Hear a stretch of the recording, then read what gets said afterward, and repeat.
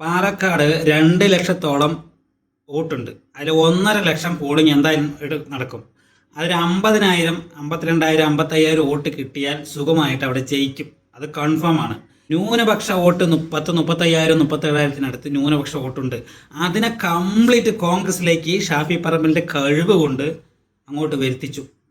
നിങ്ങൾ ഞങ്ങൾക്ക് ചെയ്തില്ലെങ്കിൽ ഇവിടെ ബി ജെ പി വരും എന്ന് പറഞ്ഞ് BJP 2ാം സ്ഥാനത്തേക്ക് കൊണ്ട് എത്തിച്ചു. അതാണ് അവിടെ സംഭവിച്ചത്. ഈ 15 വർഷമായിട്ട് സംഭവിച്ചത്. ഷാഫി പറമ്പിൽ വന്നതിന് ശേഷമാണല്ലോ അവരുടെ കുത്തക മണ്ഡലം ആയത്. അതിനു മുമ്പൊക്കെ മാറിയും മറിഞ്ഞും കുറച്ച് മാറിയും മറിഞ്ഞും വന്ന മണ്ഡലമാണല്ലോ. അപ്പോൾ അത് ഉറപ്പായിട്ടും അങ്ങനെ സംഭവിച്ചതുകൊണ്ട് മാത്രമാണ് നിങ്ങൾ ഞങ്ങൾക്ക് വോട്ട് ചെയ്തില്ലെങ്കിൽ ഇവിടെ BJP വരും, നശിക്കും എന്ന് പറഞ്ഞ് പരത്തിയത് കൊണ്ടാണ് LDFൻ്റെ വോട്ടുകൾ പോലും കോൺഗ്രസിന് കിട്ടിയത്.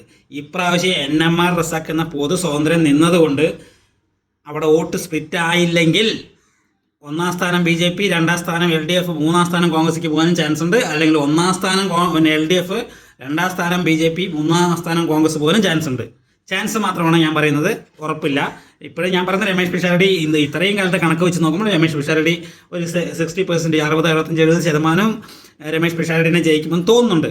പക്ഷേ ഈ പറയുന്ന പോലെ സംഭവിച്ചാൽ അവിടെ ഒരു അട്ടിമറി സംഭവിക്കാൻ നല്ല ചാൻസ് ഉണ്ട്.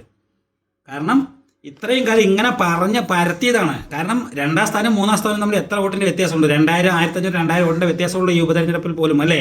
അതിൽ കൂടുതലൊന്നും ഇല്ലല്ലോ, വലുതായിട്ടൊന്നും സംഭവിച്ചിട്ടില്ല. 1ാം സ്ഥാനവും 2ാം സ്ഥാനവും തമ്മിലുള്ള വ്യത്യാസം പോലെ 2ാം സ്ഥാനം 3ാം സ്ഥാനം തമ്മിൽ വ്യത്യാസമില്ല. അപ്പോൾ ഇത് കയറി ഇറങ്ങി വരാതിരിക്കാനുള്ള കാരണം ഈ ഒരു കളി ഷാഫി പറമ്പിൽ കളിച്ചതുകൊണ്ടാണ്.